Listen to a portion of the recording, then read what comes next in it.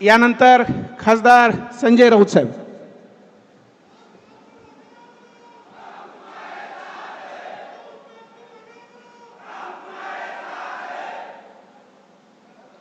आम्ही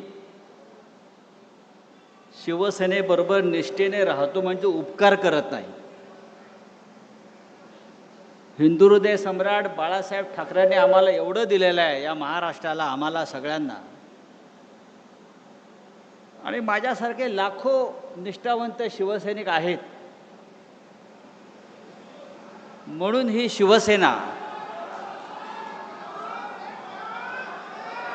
शिवसेना अनेक संकटामध्ये, वादळामध्ये उभी आहे. आणि एक सांगतो, कृषी उत्पन्न बाजार समितीमध्ये ही सभा सुरू आहे.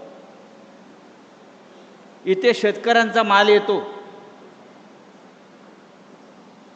विकला जातो, त्याला काय फार भाव मिळत नाही.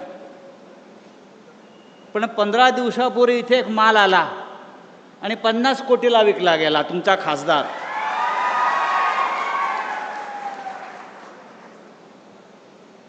आता खासदार गेले म्हणजे गेले. आता आपल्यासाठी ते गेले. आता त्या दुखवट्याला आपण आलेलो आहोत. आता 10वं 12वं करू आणि पुढल्या कामाला मोकळे हो. फार दुःख करत बसायचं नाही. गाडा पाडा आणि शेवटी भगवा झेंडा फडकवा.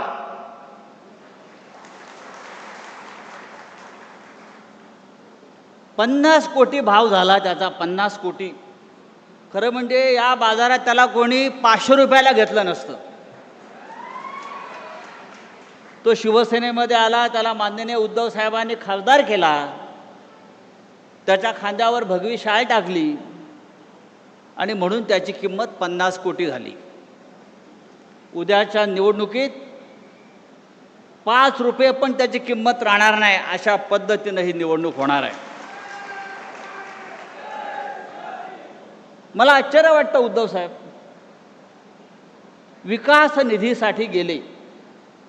विकास निधी, मला माझ्या मतदारसंघाचा विकास करायचा आहे. अरे कसला विकास करणार तुम्ही? 12 वर्षामध्ये नरेंद्र मोदी या देशाचा विकास करू शकला नाही.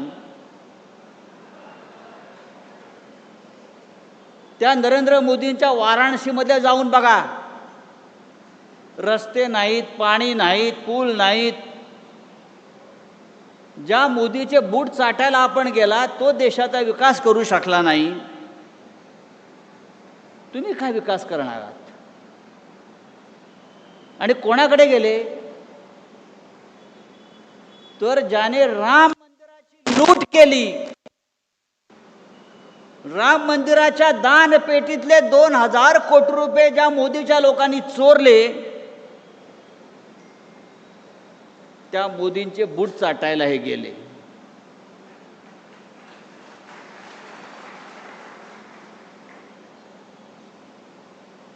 तर देशमुखला जाऊन सांगा, ही शिवसेना आहे आणि शिवसेना कधी संपत नसते. ठाकरे कधी संपत नसतात. ते पुन्हा पुन्हा राखेतून उभे राहतात आणि या महाराष्ट्रावरती आपली पकड मजबूत ठेवतात. अरे तुम्ही मशालीच्या चिन्हावर निवडून आलात म्हणजे ही मतं लोकांनी माननीय उद्धव ठाकरे साहेबांना दिली. तुम्हाला गद्दारी करायची आहे तर राजीनामा द्या, पुन्हा निवडणुकीला उभे राहा आणि मग तुम्हाला कळेल या यवतमाळ वाशिमची जनता गद्दारांबरोबर आहे की निष्ठावंतांबरोबर आहे. पण एकनिष्ठ राहण्यासाठी आई नेक आणि बाप एक असावा लागतो. आम्ही सगळे एकनिष्ठ आहोत. आणि हा एकनिष्ठांचा सागर महासागर लाटा या गद्दारांना तडाखे देऊन तुडवल्याशिवाय राहणार नाहीत. उद्धव साहेबांचं काल नागपूरला आगमन झालं. प्रचंड गर्दी, प्रचंड. मग जिथे नजर जाईल तिथे माणसं त्यांच्या स्वागताला उभी. एकनाथ शिंदेंनी ते जर बघितलं असतं त्या गद्दारांना मिंदेनं, तर त्याला कळलं असतं शिवसेना जागेवरच आहे, शिवसेना जागेवरच राहील आणि तुमच्या छाताडावर पाय दळून पुन्हा एकदा विधानसभा आणि हिंदुस्थानच्या लोकसभेकडे जाईल. ही आजची सभा, आजचा मेळावा निष्ठावंतांचा आम्हाला तेच सांगतोय. यवतमाळ हा कायम हिंदुहृदय सम्राट बाळासाहेब ठाकरे यांच्यावर प्रेम करणारा जिल्हा आहे. सातत्यानं लोक आले आणि गेले, पण शिवसेनेचा भगवा झेंडा या यवतमाळवरती कायम राहिला. तो यापुढेही कायम राहील. आपण सगळे माननीय बाळासाहेब ठाकरेंचे शिवसैनिक यापुढे माननीय उद्धवजी ठाकरे साहेब आणि आदित्य ठाकरे साहेब यांच्या मागे ठामपणे उभे राहू आणि या यवतमाळच्या मातीमध्ये पुन्हा गद्दारीची कीड लागणार नाही अशा प्रकारची लोक निवडून देऊ. जय हिंद, जय महाराष्ट्र. पकड तिकडून बाहेर. अरे हा हे घे, हे घे. यानंतर